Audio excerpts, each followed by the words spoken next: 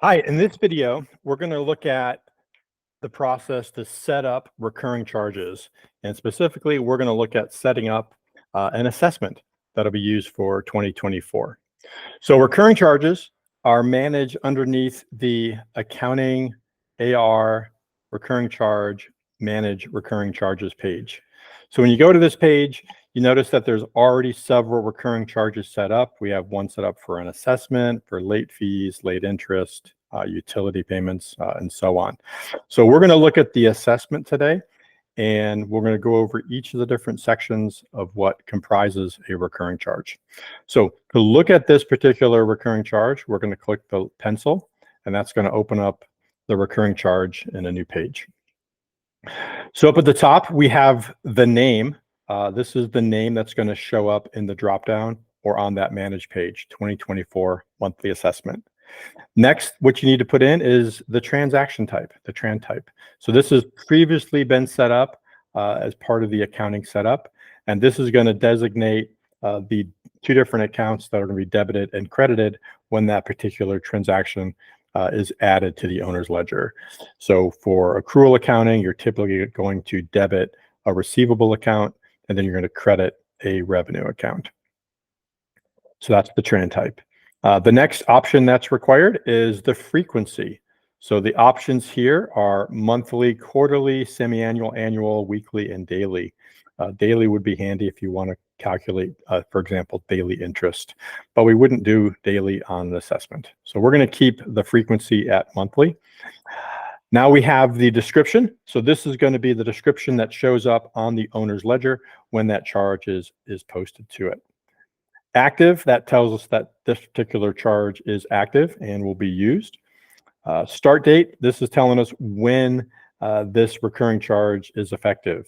So you give it a start date and an end date, or an end through or end by. So you'd start it on 1/1 of 24, and you can end it, either have no end date, you could end it after, say, 10 occurrences or 12 occurrences, or you can say end it by a specific date. So this is going to start on 1/1 and end on 12/31 of that same year. This setup here would be handy because, assuming that in 2025 the assessments are going to increase, you can set that 2025 assessment up ahead of time. You don't have to wait until 2025. You can set those 2025 assessments up, let's say in December. So if you are running coupons, it'll pull in that next assessment for you. And that 2025 assessment would start on 1/1/25 and end on 12/31/25. Over on the right side, we have this detail section. This is going to tell us the amount of that particular recurring charge. And this amount can be a flat rate, which is what it is here, or it can be calculated in some way. So the options of this dropdown are, again, flat rate, which is going to pull in from this second field. It can be based on a calculation. For example, maybe there's a calculation that's 18% of outstanding, total outstanding balances, or 12% of just the assessments and late fees. Whatever that calculation is, we can create a calculation for it, and then that will calculate the amount to charge. So flat rate calculation can be based on ownership percentage. So this is where each unit in the community owns a specific percentage of that assessment. And then when you apply it, you would put in the total amount of that assessment for that association. Then the system will allocate their individual percentage to that particular owner's account based on this one. Unit area, this would be handy if you have a calculation that's based off of square footage. Maybe you've got some condos with different square footage, and you can calculate them that way. And lastly, we have this account lookup. This provides you with 5 additional lookup values, and these are values that are on the homeowner's account. So on Find Account, over in the AR section, you'll see 5 buckets. Will look up that particular bucket from that particular homeowner's account to come up with the amount for this particular assessment. So it's a way to look up values from the account. So we're going to put it back to the flat rate, and it's a flat rate of $295. This next section determines whether or not this particular recurring charge should be automatically processed or not. So by setting it up, you've got two choices. You can either automatically process it, in which case the system will automatically process on the date that you choose. Or if you don't auto process, you'll have to manually go out there and process it. But that's a simple process of it's like a 1 or 2 clicks that'll allow you to process all your recurring charges across the board. So this is set up to be a manual process, and this run on, this has given us a reminder. So when we do go to process it, and we'll look at processing recurring charges in a separate video. This run on is a filter that we can use, so we know this particular charge, we want to run this on the first of the month. So we can use this filter to figure out which charges we need to manually run. If we do want to auto process it, you would simply click this auto process box. Now notice that that run on field becomes a post on. So now this is telling us we're going to post this assessment charge on the first of every month.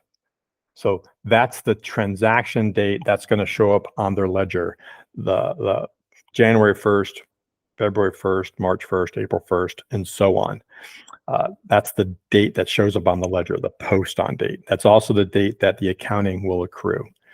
The run on date can vary. You can either run it on the same day. So this setup is we're saying post it on the first, but let's run this on day 1 of the same month. So on April 1st, we're going to post April 1st charges. The recommended setup for assessments and for charges is to run them several days in advance. So the recommended setup for this would be, we're going to run this, let's say on day 25, 1 month before the post date.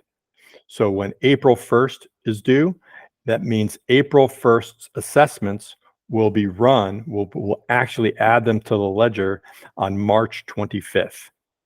So it's the 25th day before the post date. So this is how assessments typically are run. What this does, this puts that charge out there, and it helps the automatic payment process because due to timing. These charges actually are processed at about 5 a.m. Pacific time, whereas payments are processed around 1 or 2 a.m. Pacific time. So if you process a payment before having the charge and the owner's payment is set to pull the full balance, it wouldn't see it if we posted this 1/1 assessment or this 4/1 assessment on 4/1. Whereas if you post it several days in advance, you will see it. So anyway, so this is the recommended setup for recurring charges. This next section is going to tell us who gets the particular charge. Right now we have it set to all current accounts. So that means everybody in Sudden Valley 3 HOA will get this $295 assessment added on the first of each month. So this could be based on current accounts. It could be based on specific owner accounts. So instead of everybody, let's say you only want this to apply to 20 people or 30 people. You can select specific accounts, and those specific accounts can be selected here under the accounts tab. So then you can just drag these folks over. So these 4 people would get that specific recurring charge. So it can apply to all accounts, specific units. So now when I select units, the account goes away, but units are showing. So now I can select specific units. Now, what's the difference between units and accounts? Well, units are applied to the physical property. So when that property changes hands, when the ownership changes, the new owner will still get this recurring charge that is applied to the unit. The new owner by default will not get the one that's applied to specific accounts because that new owner isn't listed in this list of specific accounts. The old owner would be, but not the new owner.